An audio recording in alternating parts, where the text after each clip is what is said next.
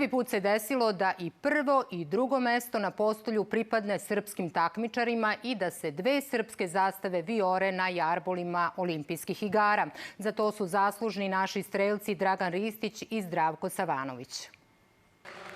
Bilo da gađa sa 10 ili 50 metara, Dragan Ristić je zaista sjajan.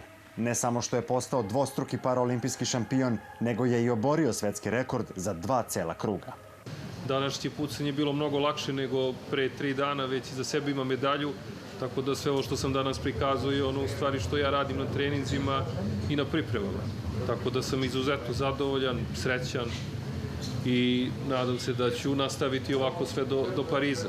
Do kraja finala Ristića je pratio Zdravko Savanović koji je osvojio srebro i svoju prvu paraolimpijsku medalju. Osjećaj je predivan, znači postigao sam nešto što sam sanjao u životu, maksimalno sam uspio. Za mene je ovo srebro najveće zlato i najveći dijamant na svijetu. Posle finalne trke na 100 metara i bacanja koplja, Saška Sokolov trčala je u finalu na 200 metara. Zauzela je 7. mesto. Za nepunih godinu dana od kada sam počela da trčim 200 metara, ovo je veliki uspeh doći ovdje i biti među 8 najboljih sprinterki na svetu. Meni je bila čast i zadovoljstvo da stojim rame uz rame sa njima.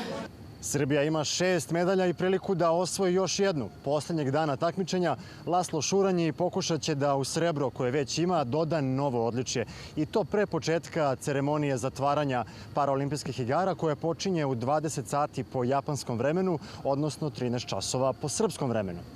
Za Radio televiziju Srbije ispred nacionalnog stadiona u Tokiju, Nenad Đurović.